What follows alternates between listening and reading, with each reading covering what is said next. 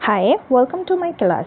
आज की क्लास में हम देखेंगे PYQs ऑफ बायोलॉजी और साथ ही साथ हम रिवीजन भी करते चलेंगे कुछ इम्पॉर्टेंट टॉपिक्स का। तो शुरू करते हैं आज की क्लास। फर्स्ट क्वेश्चन है, scurvy is cause due to deficiency of vitamin C. जो स्कर्वी होता है वो होता है डेफिशिएंसी ऑफ विटामिन सी। अब ये जो है डेफिशिएंसी से क्वेश्चंस बहुत आते हैं, तो चलो इसको देखते हैं।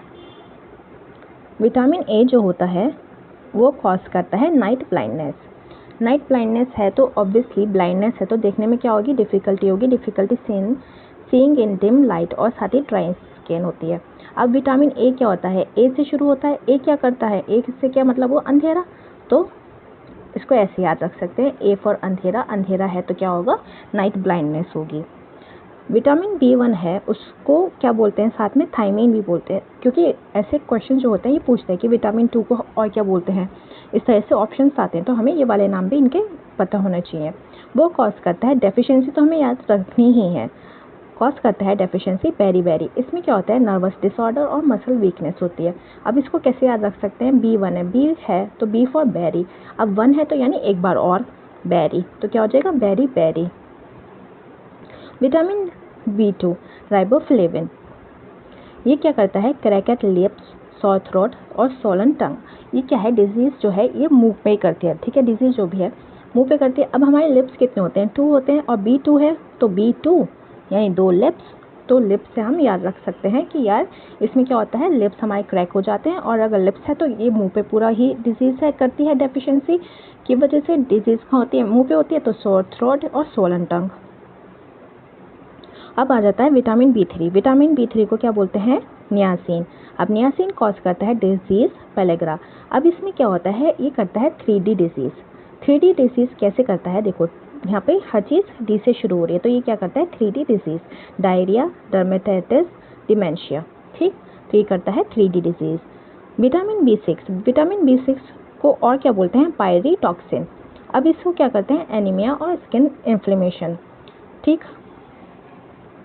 अब इसका क्या हुआ, मुझे इसका कुछ मिला नहीं, तो इसलिए एक को तो एडजस्ट कर सकते हैं ना, एक को एडजस्ट करके याद कर लेते हैं। अब देखो, विटामिन B6, विटामिन B9 और विटामिन B12, ये जो तीनों है ना, 6, 9, 12, इसमें क्या होता है, एनीमिया ही होता है। जो मेन चीज़ है एनीमिया ही है। अब विटामिन B9 जो है फॉलिक एसिड है। फॉलिक एसिड में क्या हो रहा है, एनीमिया है ही। डिफेक्ट इन फीटस में क्या हो जाता है, डिफेक्ट हो जाता है, न्यूरल ट्यूब डिफेक्ट। अब फॉलिक क्या होता है, फॉलिक हो गया, और फीटस भी एफ से शुरू है, फॉलिक और फीटस एफ है, तो इससे याद रख सकते हैं कि अच्छा फॉलिक है, फॉलिक किससे कर रहा है, फीटस से। फीटस हो गया तो फिर किस में आ गया, ये फॉलिक एसिड में आ गया। फॉलिक एसिड यानी विटामिन B9। अब विटामिन B12 को क्या बोलते हैं, कोबालामीन बोलते हैं, और ये क्या करता है, परनिशियस एनीमिया। ये एनीमिया तो करता है, पर इसका ये जो वर्ड है ना, परनिशियस एनीमिया, तो ये जो है ये इंपॉर्टेंट हो जाता है। अब क्या होता है, अब विटामिन B12 पे यहाँ पे क्या हो जाता है, 12 क्या बोलते हैं हम, दर्जन बोलते हैं। अब जो होता है एनीमिया किससे होता है, खून की कमी से होता है, और RBCs जो होते हैं वो ब्लड ही का ही काम करते हैं। और RBCs क्या होते हैं, बहुत सारे होते हैं, तो क्या दर्जन से क्या कह सकते हैं हम, RBCs को बोल सकते हैं कि बहुत सारे RBCs जो है हमारे क्या हो गए, कम हो गए, तो एनीमिया, ठीक, इस तरह से याद रख सकते हैं। अब आता है विटामिन सी। विटामिन सी को क्या बोलते हैं, एस्कॉर्बिक एसिड। अब विटामिन सी क्या कॉज करता है, स्कर्वी। उसमें क्या हो जाता है, ब्लीडिंग कम, delayed wound healing. Delayed wound healing का मतलब क्या होता है, हमारी जो चोट होती है उसको भरने में बहुत ज़्यादा टाइम लगता है, बहुत ज़्यादा दिन लगता है। अब जो होता है स्किन को हील होने के लिए क्या चाहिए होता है, कोलेजन चाहिए होता है। अब सी फॉर कोलेजन। अब कोलेजन नहीं होगा हमारी स्किन में तो क्या होगा, चोट को टाइम लगेगा हील होने में, इसलिए ऐसे याद रख सकते हैं, vitamin C for collagen. Collagen नहीं होगा हमारी स्किन में तो चोट भरने में उसको टाइम लगेगा, हील होने में टाइम लगेगा, ठीक। डिलेड वुंड हीलिंग, और विटामिन सी स्कर्वी, क्योंकि डिलेड वुंड हीलिंग किसका पार्ट है, स्कर्वी का, ठीक। विटामिन डी, हमें पता है डी फॉर, हम पढ़ते आ रहे हैं कि विटामिन डी जो होता है बोन से रिलेटेड होता है। रिकेट्स जो होता है ये कॉज करता है रिकेट्स इन चिल्ड्रन, और ऑस्टियोमेलेशिया करता है कॉज इन एडल्ट्स, ओके।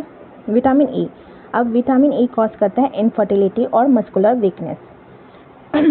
अब ई जो है वो क्या होता है, एम्ब्रियो होता है, ई फॉर एम्ब्रियो और ई फॉर एनर्जी। अब देखो एम्ब्रियो में क्या होगा, अगर विटामिन ए की कमी हो जाएगी एम्ब्रियो क्या होगा, एम्ब्रियो बनेगा नहीं, एम्ब्रियो नहीं बनेगा तो क्या होगा, इनफर्टिलिटी हो जाएगी। ऐसी अगर हमारे पास एनर्जी नहीं होगी तो क्या होगा, हमारे मसल्स कैसे हो जाएंगे, वीक हो जाएंगे। तो इसको ऐसे याद रखेंगे, ई विटामिन ई किससे है, एम्ब्रियो से और एनर्जी से। एम्ब्रियो नहीं बनेगा तो क्या होगा, इनफर्टिलिटी हो जाएगी, और एनर्जी नहीं होगी तो हमारी क्या हो जाए, मसल्स जो होंगे वीक हो जाएंगे। अब विटामिन के का काम क्या होता है, जो हमें चोट जब लगती है तो उस पर क्या होता है, थोड़ी देर बाद चोट के बाद जब खून निकलता है, खून क्या होता है थोड़ी देर बाद बंद हो जाता है। तो अगर विटामिन के की जब कमी होती है तो हमारी जो चोट होती है जिसमें विटामिन के की कमी होती है, उसकी जो चोट होती है वो जल्दी से रुकती नहीं है, उसमें खून बहता ही रहता है। तो वो क्या होता है, खून जो होता है कोगुलेशन नहीं होता, कोगुलेशन की जो स्पेलिंग होती है वो होती है सी से शुरू। हमने क्या करा है, सी की जगह हम लिखेंगे के से, सो दैट हमें याद रहे कि अच्छा कोगुलेशन नहीं होगा, कोगुलेशन क्या है, के से हमने लिखा है, तो इस वजह से विटामिन के ब्लड क्लॉटिंग इशू हो जाता है। देखो चल जाएगा वैसे, है ना, याद रखने की बस करा है ये। अगर हम चीज़ों को कनेक्ट कर पाएंगे तो क्या होगा, आसानी से हमें याद हो जाएगा। अगर आपके पास इससे अच्छी चीज़ है तो उससे चलना, अगर नहीं है तो फिर देख लो, अगर इससे याद हो पाए, एग्जाम्स में हेल्प कर पाए तो इसको ही ले लेना। अगर मैं फास्ट पढ़ा रही हूँ तो बता देना कमेंट सेक्शन में, क्योंकि समटाइम्स ऐसा होता है फ्लो में मैं एकदम फास्ट बोल जाती हूँ, बट मैं ट्राई कर रही हूँ कि मैं नहीं बोलूँ। अब सेकंड क्वेश्चन है, विच of the following is an example of conventional non renewable energy sources. अब कन्वेंशनल का मतलब होता है जिसको हम बहुत सेंचुरी से यूज़ करते हुए आ रहे हैं। नॉन रिन्यूएबल होता है कि एक बार अगर ख़त्म हो गया तो उसको बनने में क्या लगेगा, बहुत मिलियंस ऑफ ईयर्स का टाइम लगेगा, तो इसको बोलते हैं नॉन रिन्यूएबल एनर्जी सोर्स। अब ये जो क्वेश्चन है मुझे बहुत अच्छा लगता है, ये बहुत ही अच्छा क्वेश्चन है देखो, क्योंकि इसके ऑप्शन जो है ना बहुत अच्छे से सेट किए हैं। अब इसमें पूछना है कि कौन सा इसका एग्जाम्पल है conventional non renewable energy source. अब ऑप्शन है नेचुरल गैसेस। अब नेचुरल गैसेस से क्या लग रहा है, ये तो रिन्यूएबल होगा। बायोगैस क्या होता है, रिन्यूएबल होता है। सोलर एनर्जी क्या होता है, रिन्यूएबल होता है। जियोथर्मल एनर्जी भी क्या होगा, रिन्यूएबल। अगर किसी को आइडिया नहीं होगा ना तो वो क्या करेगा, जियोथर्मल एनर्जी को एक बार को लगा सकता है, तो ये क्या हो जाएगा, आंसर गलत हो जाएगा, क्योंकि हमारा जो आंसर है नॉन रिन्यूएबल जो है वो नेचुरल गैसेस है ना। क्वेश्चन नेचुरल गैसेस से क्या लग रहा है कि यार ये तो रिन्यूएबल होगा, बट एक्चुअल में नेचुरल गैसेस होते हैं वो होते हैं आपके फॉसिल फ्यूल। फॉसिल फ्यूल्स को क्या बोलते हैं, नेचुरल गैसेस। इसके अंदर जो आते हैं फॉसिल फ्यूल्स के अंदर, इसमें आ जाते हैं आपके methane, ethane, propane, carbon dioxide, nitrogen और हाइड्रोजन सल्फाइड, ये आ जाती हैं इसके अंदर। अब देखो इससे रिलेटेड और क्या पूछा जाता है, नेचुरल गैस जो होते हैं इस मेनली कंपोस्ट ऑफ, जो नेचुरल गैस जो बनी होती है मेनली उसमें क्या होता है, मीथेन होता है। Which is the cleanest fossil fuel, जो फॉसिल फ्यूल जो क्लीन सबसे ज़्यादा जो होता है वो उसको बोलते हैं नेचुरल, वो होता है नेचुरल गैस। और नेचुरल गैस क्या है, basically renewable energy, non renewable energy है। CNG stand for compressed natural gas. तो ये तीन जो है इससे रिलेटेड क्वेश्चन से।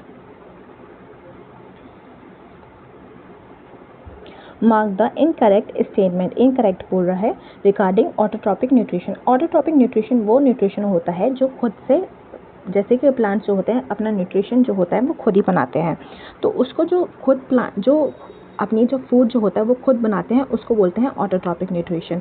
हेटरोट्रॉपिक न्यूट्रिशन वो होते हैं जिसमें किसी और पे डिपेंड रहते हैं अपने फूड के लिए, जैसे कि हम लोग, ह्यूमंस हो गए, एनिमल्स हो गए, वो क्या होते हैं, हेटरोट्रॉपिक न्यूट्रिशन होता है उनका। Carbon and energy requirements of the autotrophic organism are fulfilled by photosynthesis। तो ये बिल्कुल सही है, जो कार्बन और एनर्जी जो रिक्वायरमेंट होती है ऑटोट्रॉपिक ऑर्गेनिज्म की, वो किससे फुलफिल हो जाती है, किससे, फोटोसिंथेसिस से फुलफिल हो जाती है। ठीक, ये बिल्कुल सही है। It is the process by which autotrophs take in substance from the outside and convert them into stored forms of energy। ये तो बेसिकली इसकी ऑटोट्रॉपिक न्यूट्रिशन की डेफिनेशन ही हो गई कि क्या होता है, ऑटोट्रॉप्स क्या करते हैं, आउटसाइड से अपना जो एनर्जी होती है, एनर्जी नहीं सब्सटेंस जो होता है, रॉ मटेरियल जो होता है वो लेते हैं और उसको कहाँ स्टोर करते हैं, कन्वर्ट करते हैं एनर्जी में, फूड में। फूड क्या देता है, बेसिकली एनर्जी ही देती है। ठीक, तो ये तो बिल्कुल डेफिनेशन है, तो ये सही हो गया। Substances are taken in the form of carbon dioxide and methane, which is converted into fats in the presence of sunlight and chlorophyll। ये क्या हो जाता है, गलत हो जाता है। अगर सनलाइट और क्लोरोफिल है तो प्लांट्स की बात हो रही है, प्लांट्स में क्या होता है, कार्बन डाइऑक्साइड तो लेते भी नहीं, ना मीथेन लेते हैं, क्या लेते हैं, ऑक्सीजन लेता है। अरे ऑक्सीजन नहीं, कार्बन डाइऑक्साइड लेता है, लेकिन मीथेन तो नहीं लेते। कार्बन डाइऑक्साइड लेते हैं और ऑक्सीजन छोड़ते हैं, ठीक, तो मीथेन तो नहीं लेते। तो क्या हो जाएगा, ये वाला स्टेटमेंट गलत हो जाएगा। तो इनकरेक्ट स्टेटमेंट हो जाएगा हमारा only 3।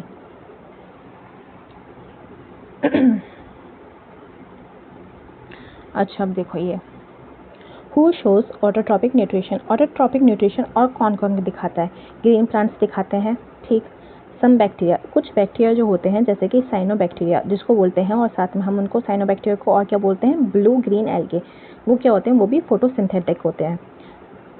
Chemosynthetic bacteria, chemosynthetic bacteria भी क्या होते हैं, जैसे कि फॉर एग्जांपल नाइट्रोसोमोनास, नाइट्रोबैक्टर, ये क्या करते हैं, ये भी कैसे बनाते हैं अपना फूड, केमिकल एनर्जी लेके, केमिकल एनर्जी लेके अपना जो है खुद का फूड बनाते हैं। नाइट्रोबैक्टर क्या यूज़ कर रहे हैं, अमोनिया और नाइट्रेट्स। सम प्रोटिस्ट जो होते हैं, कुछ प्रोटिस्ट भी ऑटोट्रॉपिक न्यूट्रिशन का यूज़ करते हैं, जैसे कि यूग्लिना। यूग्लिना क्या होता है, इसके पास अपना क्लोरोफिल भी होता है, अपना क्लोरोफिल भी होता है, अपना क्लोरोफिल तो होता ही है, साथ में फोटोसिंथेसिस भी कर लेते हैं, लेकिन साथ ही साथ ये क्या होता है, ये मिक्स दिखाता है, इसमें हेटरोट्रॉपिक न्यूट्रिशन भी होता है। अगर इसका एनवायरनमेंट जो है सही नहीं है, जहाँ पे ये अपना फूड खुद नहीं बना सकता, तब ये जो है क्या बन जाता है, हेटरोट्रॉपिक न्यूट्रिशन पे कन्वर्ट कर लेता है। अब कैसे क्वेश्चंस पूछे जा सकते हैं, autotrophic organism are also called, जो ऑटोट्रॉपिक ऑर्गेनिज्म जो होते हैं उनको क्या बोलते हैं, प्रोड्यूसर्स बोलते हैं। एग्जाम्पल ऑफ कीमोसिंथेटिक ऑटोट्रॉप्स, अब जो कीमोसिंथेटिक ऑटोट्रॉप्स जो होते हैं उनको क्या बोलते हैं, क्या आ जाते हैं, नाइट्रीफाइंग बैक्टीरिया, क्योंकि हमने अभी पढ़ा है ना नाइट्रीफाइंग बैक्टीरिया, नाइट्रोसोमोनास और नाइट्रोबैक्टीरिया, ये क्या है, ये नाइट्रीफाइंग बैक्टीरियाज हैं। Euglena shows which type of nutrition, ये क्या दिखाते हैं, both autotrophic and heterotrophic, mixotrophic, क्योंकि ऑटोट्रॉपिक भी होता है इसके पास, हेटरोट्रॉपिक भी होता है। ऑटोट्रॉपिक में ये क्लोरोफिल यूज़ करता है, एनवायरनमेंट सही है, अगर एनवायरनमेंट सही नहीं है, इसका फूड नहीं बना सकता, तो हेटरोट्रॉपिक बन जाता है। Movement in plants that occurs in response to light intensity is known as, ये भी बहुत प्यारा क्वेश्चन, ये भी बहुत अच्छा क्वेश्चन है। देखो अब इसमें क्या होता है, एक होता है फोटोट्रॉपिज्म, ठीक, लेकिन इसमें क्या पूछ रहे हैं, जो यूजुअली क्या करते हैं बच्चे सोचते हैं कि it's the answer is phototropism, लेकिन फोटोट्रॉपिज्म दे ही नहीं रखा ऑप्शन में। अगर फोटोट्रॉपिज्म होता तो फोटोट्रॉपिज्म बहुत ज़्यादा मैक्सिमम वही लगा देते, पर यहाँ पे क्या पूछा है, response to light intensity, light की जो इंटेंसिटी में जो ये करता है मूवमेंट जो दिखाता है प्लांट्स, उसको बोलते हैं फोटोनेस्टी, ये होता है फोटोनेस्टी। अब देखो डिफरेंस देखते हैं फोटोट्रॉपिज्म में और फोटोनेस्टी में क्या डिफरेंस है। ये भी क्वेश्चन जो आते हैं ये ऐसे आते हैं, movement in plants due to light direction, अगर लाइट डायरेक्शन जो पूछ रहा है, लाइट डायरेक्शन तो होता है phototropism. Movement in plants due to light intensity तो वो होता है फोटोनेस्टी। तो ये दोनों में ये डिफरेंस है, फोटोट्रॉपिज्म होता है लाइट की डायरेक्शन में और फोटोनेस्टी होता है लाइट की इंटेंसिटी में। एग्जाम्पल ऑफ फोटोनेस्टी जो होता है opening of oxalis flowers in light, opening of oxalis flower in light, ये भी क्वेश्चन हैं PYQs ऑफ DSSB के।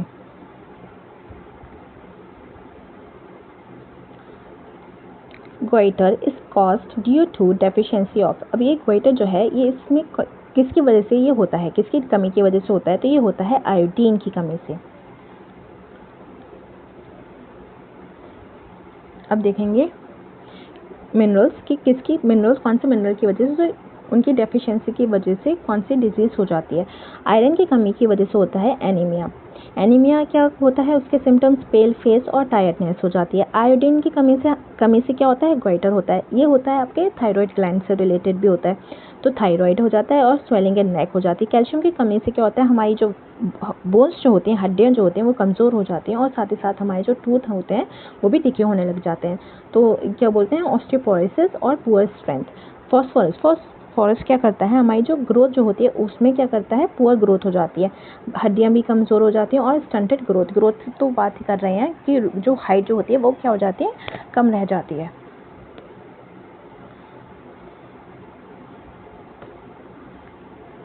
Which of the following organs if get damaged will cause visual impairment. तो इसमें से कौन सा ऐसा है कि इन तीनों में से किस में अगर डैमेज हो जाता है तो क्या हो जाएगा, आँखों में देखने में परेशानी हो जाती है। तो कौन सा है ऐसा? प्यूपल की वजह से भी डैमेज हो जाता है तो कॉज विजुअल इम्पेयरमेंट। रेटिना भी। ऑप्टिक नर्व तो इम्पॉर्टेंट ही है, अगर इसमें डैमेज हो गया तो फिर ब्लाइंडनेस भी हो सकती है। तो क्या हो जाएगा, तीनों ही ऑप्शन सही है। तीनों में से किसी में भी डैमेज हुआ तो विजुअल इम्पेयरमेंट हो सकता है। Oxygen is found in the elemental form in the atmosphere to the extent of. Oxygen जो होता है एटमॉस्फेयर में कितनी % होती है? तो वो होती है 21%। अब हम देखेंगे एटमॉस्फेयर, गैसेस इन एटमॉस्फेयर, क्योंकि इससे भी बहुत सारे क्वेश्चंस बनते हैं। नाइट्रोजन जो होती है सबसे ज़्यादा, जो मैक्सिमम जो एटमॉस्फेयर में जो पाई जाती है वो पाई जाती है नाइट्रोजन 78%। ऑक्सीजन जो होती है वो होती है 21%। आर्गन जो होता है 0.93%। पर लेकिन ऐसे नहीं पूछता, ये पूछता है कौन सी most abundant noble gas. Abundant मतलब सबसे ज़्यादा एटमॉस्फेरिक गैस में कौन सी नोबल गैस पाई जाती है, तो वो तब आंसर आता है आर्गन।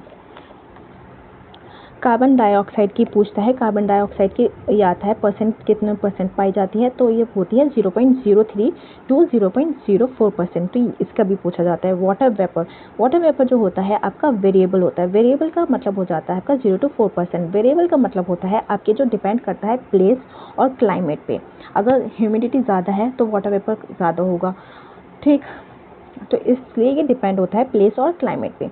तो इससे भी बहुत सारे क्वेश्चन जो होते हैं आते हैं, इसलिए मैंने इसको एक इसमें कर दिया चार्ट के फॉर्म में, टेबल के फॉर्मेट में। The upward and the downward growth of shoots and roots respectively in response to the pull of earth और ग्रेविटी इज नोन एज। अब क्या होता है, ग्रेविटी की वजह से जो शूट्स और रूट्स में जो मूवमेंट होता है अपवर्ड और डाउनवर्ड का, तो उसको क्या बोलते हैं, ग्रेविटी की वजह से बोलते हैं जियोट्रॉपिज्म। फोटोट्रॉपिज्म का होता है, फोटो का मतलब क्या हो जाता है, आपके सन से रिलेटेड हो जाता है, लाइट से, ठीक। अगर यहाँ पूछते सन की वजह से तो फोटोट्रॉपिज्म हो जाता है। हाइड्रो होता है आपका वाटर से, वाटर हाइड्रोट्रॉपिज्म हो जाता है आपका वाटर से, H2O है ना, राइट। और कीमोट्रॉपिज्म हो जाता है, कीमो से ही पता चल रहा है केमिकल से है, तो केमिकल से जो ग्रोथ होती है उसको बोले हम कीमोट्रॉपिज्म। ओके।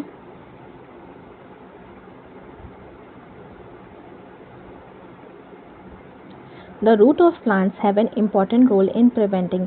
अब क्या करता है, रूट ऑफ प्लांट जो होती है ना वो सॉइल को ना बहुत अच्छे से ना पकड़ के रखती है, ठीक। अब सॉइल को पकड़ के रखेगी तो अब क्या होगा, चाहे कितनी भी तेज़ हवा चले या फिर बारिश हो या फिर कुछ भी हो, तो जो मिट्टी जो होती है ना, प्लांट जो होते हैं, रूट्स जो होते हैं, वो उसको इतने अच्छे से पकड़ के रखती है तो उसका सॉइल इरोजन नहीं हो पाता।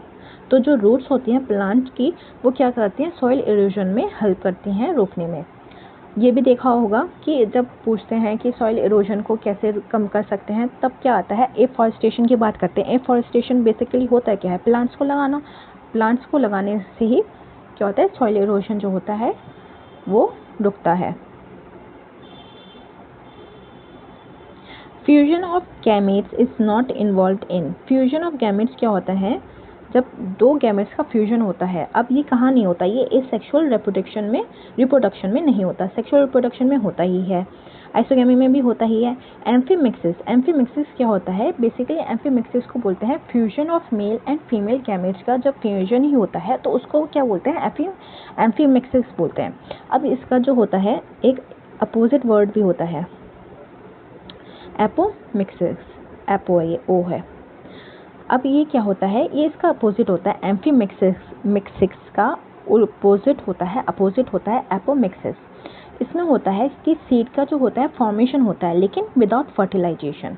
Formation of seeds without fertilisation is known as apomixis, ठीक। ये था difference between amphi and apomixis.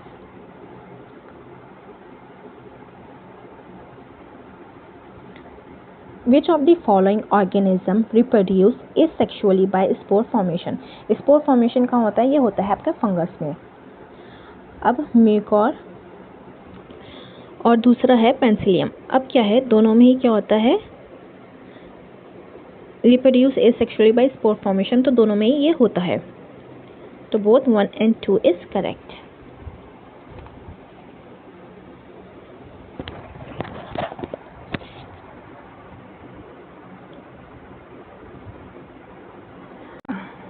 ये हो जाता है, ए हो जाता है, ठीक है।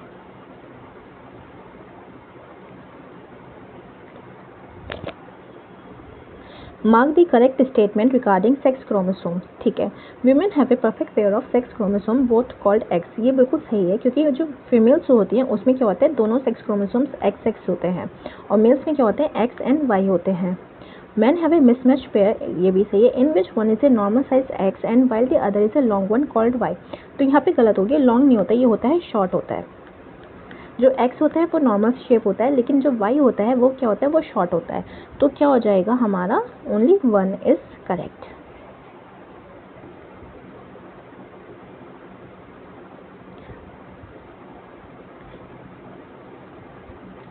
ओके, यहाँ पे दे दिया ए सेक्सुअल रिप्रोडक्शन इन फंजाई। अच्छा, ये उधर आना चाहिए था, ए सेक्सुअल रिप्रोडक्शन में। तो क्या होता है, ए सेक्सुअल रिप्रोडक्शन जो फंजाई में क्या होते हैं, वो 4 तरीके के होते हैं। स्पोर फॉर्मेशन, जिसके एग्जाम्पल हैं Rhizopus, penicillium and mucor. Budding जो होता है वो होता है आपका ईस्ट में। फ्रेगमेंटेशन होता है सम फिलामेंटेनियस फंजाई में, और बाइनरी फिजन जो होता है वो होता है सम यूनिसेलुलर फंजाई में। तो ये जो 4 तरीके के एसेक्सुअल रिप्रोडक्शन होते हैं फंजाई में, और ये इनके एग्जाम्पल दिए हैं। Okay, if the tails of mice are removed by surgery in each generation, do these tailless mice have tailless progeny? अगर एक क्या हुआ, एक सर्जरी में हमने क्या करा, हमने जो चूहे थे हमने उनकी पूंछ हटा दी, ठीक है, हमने उनकी सर्जरी से पूंछ हटा दी। तो जब उनके बच्चे जो होंगे, क्या उनमें वो बिना पूंछ के पैदा होंगे? तो ऐसा नहीं होता, क्योंकि because removal of the tail can not change the genes of the germ cells of the mice. क्या होता है, उसके जब हम जो पूंछ जो होती है उनके जीन्स को अफेक्ट नहीं करती। इस वजह से जो होता है, जो उनके आने वाली जो प्रोजेनी होती है उसमें पूंछ होती है, क्योंकि उनकी जीन्स में कोई चेंज नहीं हुआ है।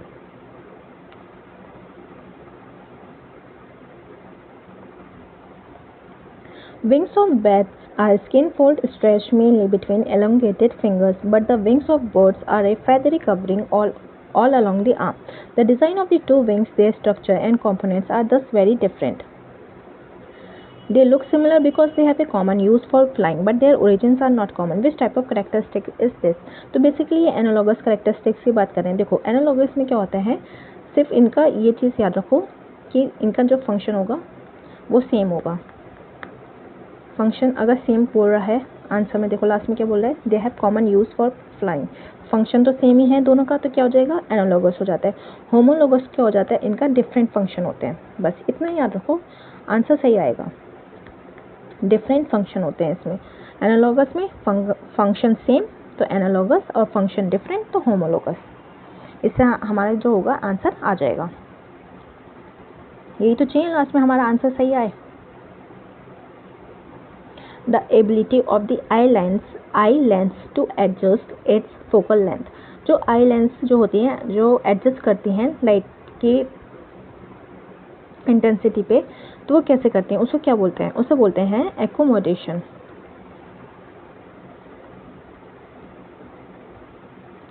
If one wants to donate his or her eye, then after how much time after death eye should be removed from body?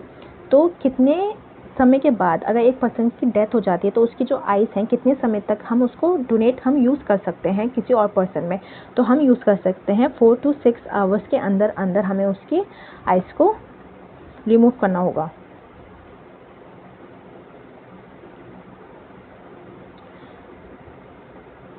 Bye presbyopia occurs. Presbyopia जो होता है ये होता है ओल्ड एज में।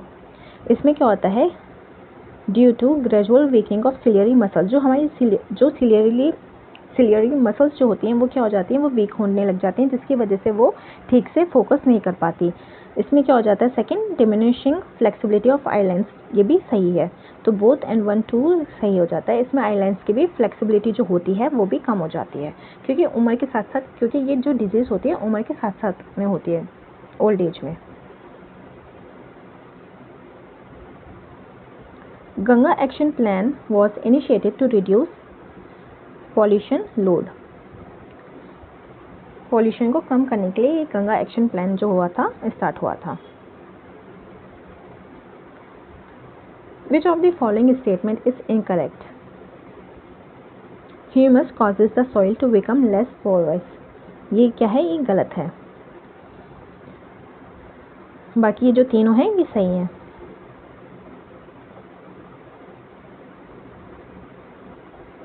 What do the plants convert the nitrates into after they fix the atmospheric nitrogen?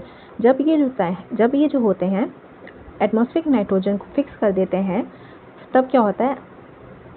Nitrates और nitrites किस में फिक्स हो जाते हैं? अमीनो एसिड्स में चेंज हो जाते हैं।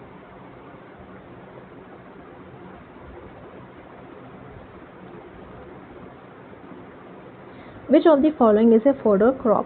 फॉडर क्रॉप वो होती है जिसके लिए हम एनिमल्स के लिए उगाते हैं, जो एनिमल्स खाते हैं उसको बोलते हैं फॉडर क्रॉप। तो ये होता है oats. Oats is also a fodder crop. अब ये देखो इसमें क्वेश्चंस कैसे आते हैं। प्रोटीन रिच फॉडर क्रॉप्स, जो प्रोटीन रिच जो होते हैं फॉडर क्रॉप वो होते हैं बरसीम, ल्यूसर्नी, cowpea.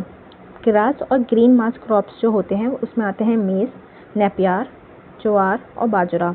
Cool season cereal fodder, इसमें आते हैं ओट्स, बार्ली और wheat.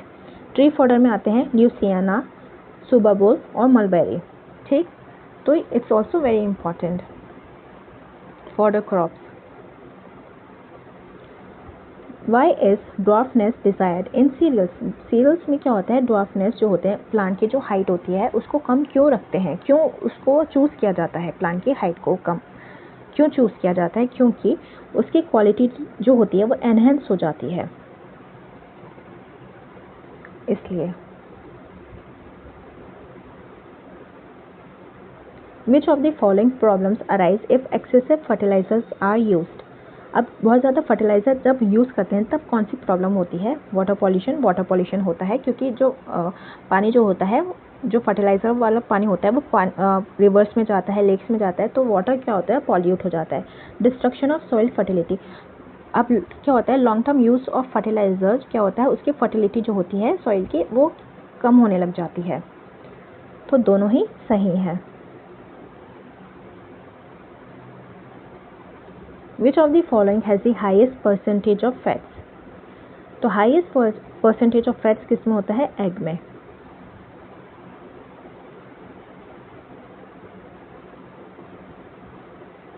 Which of the following fish varieties is not a marine fish variety? तो इसमें से कौन सी मराइन फिश वैरायटी नहीं है?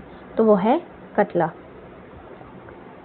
बाकी क्या है? मैकरल, ट्यूना और पॉम्फ्रेट।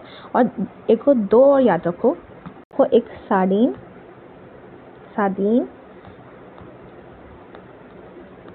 SARDINE और दूसरी है शार्क। ठीक, ये हो जाती है मराइन फिश वैरायटी। 1 2 3 4 5, ये 5 याद रखो। ठीक। विच of the following is a zaid crop? अब इसमें से कौन सी ज़ैद क्रॉप नहीं है? अच्छा, कौन सी है? तो इसमें है गॉड। ये होती है आपकी लौकी को बोलते हैं। अब ज़ैद क्रॉप कौन सी होती है? ये जो होती है ये लगती है खारिफ और राबी के बीच में लगती है। इसका सीज़न जो होता है वो होता है समर, मार्च और जून के बीच में इसको लगाया जाता है। क्यों लगाया जाता है? क्योंकि जब खारिफ और राबी के बीच में एक समय पीरियड होता है, ठीक है, टाइम होता है, तो उस टाइम पे क्या होते हैं, किसान जो होते हैं ये लगा देते हैं, जिसकी वजह से एक तो कम समय लगता है और साथ ही साथ क्या होता है, प्रॉफिट भी ज़्यादा हो जाता है। तो ज़मीन खाली छोड़ने से अच्छा है कुछ आप लगा दो, है ना, कुछ प्रॉफिट हो जाएगा आपको, इसलिए लगाते हैं मार्च और जून के महीने में। ड्यूरेशन जो होता है इसका कम ही होता है, फ्यू वीक्स टू 2 से 3 महीने। इरिगेशन जो होता है इसको क्या होता है, इरिगेशन ज़्यादा चाहिए होती है क्योंकि उस समय रेनफॉल क्या होती है, इनसफिशिएंट होती है। टेम्परेचर जो होता है उस मार्च और जून के समय में क्या होता है, ऑब्वियसली टेम्परेचर हाई है तो हाई क्या होगा, टेम्परेचर कंडीशन चाहिए होगी। अब इसके एग्जाम्पल देखते हैं कौन कौन से होते हैं। फ्रूट्स में आ जाते हैं वाटरमेलन, मस्कमेलन और कुकुम्बर। वेजिटेबल्स आ जाते हैं पम्पकिन, बिटर गॉर्ड और बॉटल गॉर्ड। ये जो होते हैं ये आपके जेड क्रॉप होते हैं, जेड क्रॉप। सीरोसैन एंड एग्रोसैन जो होते हैं आर यूज्ड फॉर, ये यूज़ करे जाते हैं ट्रीटमेंट ऑफ सीड्स के लिए। अब क्या होते हैं ये जो होता है सीरोसैन जो होता है ये होता है फंजीसाइडल।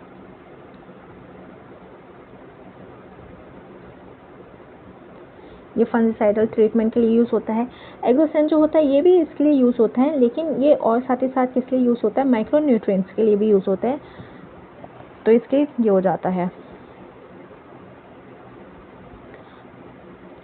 बॉस इंडिकस इज एन, ये क्या है, ये है आपका इंडियन काऊ को बोलते हैं बॉस इंडिकन, इसका क्या है साइंटिफिक नेम है।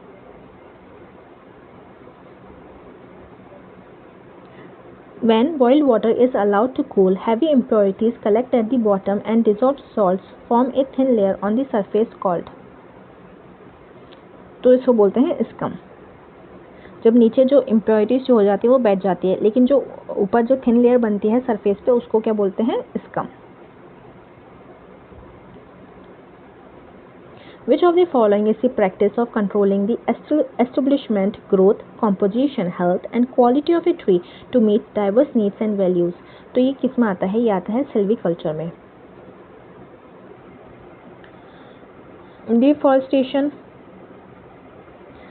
रिफॉरेस्टेशन क्या होता है, जहाँ पे पहले से प्लांट थे फिर उसमें नहीं रहे फिर से आप लगा रहे हो उस एरिया में, तो उसको बोलते हैं रिफॉरेस्टेशन। एफॉरेस्टेशन वो होता है जहाँ पे कभी भी प्लांट्स थे नहीं, बंजर जो ज़मीन होती है जहाँ पे कभी नहीं थे उसको बोलते हैं एफॉरेस्टेशन, जहाँ पे प्लांट्स लगते हैं ऐसी जगह पे। अब हॉर्टिकल्चर क्या होता है, हॉर्टिकल्चर भी यही होता है जहाँ पे आप गार्डन में अपने यूज़ के लिए फ्लावर्स और वेजिटेबल्स जो उगाते हो उसको बोलते हैं हॉर्टिकल्चर। ठीक। Apis florea is a type of, ये क्या है, ये बी है। ये जो एपिस जो होती है, एपिस ये हनी बी के लिए, बी के लिए यूज़ की जाती है, ये साइंटिफिक नेम है। एपिस से एक बार में आइडिया लगा सकते हो कि एपिस जो होता है यूजुअली बी के लिए यूज़ होता है। ठीक, आज के लिए इतना ही है। आज की क्लास में हमने आज क्वेश्चंस कितने करें हैं, 31 क्वेश्चंस करें हैं, लेकिन हमने ज़्यादा क्या किया है, हमने साथ में रिवीजन भी करा है, तो हमने बहुत सारे टॉपिक्स भी हमने कवर कर लिए। 31 क्वेश्चन से हमने ज़्यादा ही पढ़ा है। तो आज की क्लास कैसी लगी बताना कमेंट सेक्शन में, और क्लास अच्छी लगी हो तो लाइक और सब्सक्राइब करना। मिलते हैं नेक्स्ट क्लास में, क्योंकि अभी हमने सिर्फ बायोलॉजी पढ़ी है, अभी तो बायोलॉजी चलेगी, फिर उसके बाद केमिस्ट्री और फिज़िक्स भी होगी। तो इस सीरीज़ में बने रहना। See you in the next class.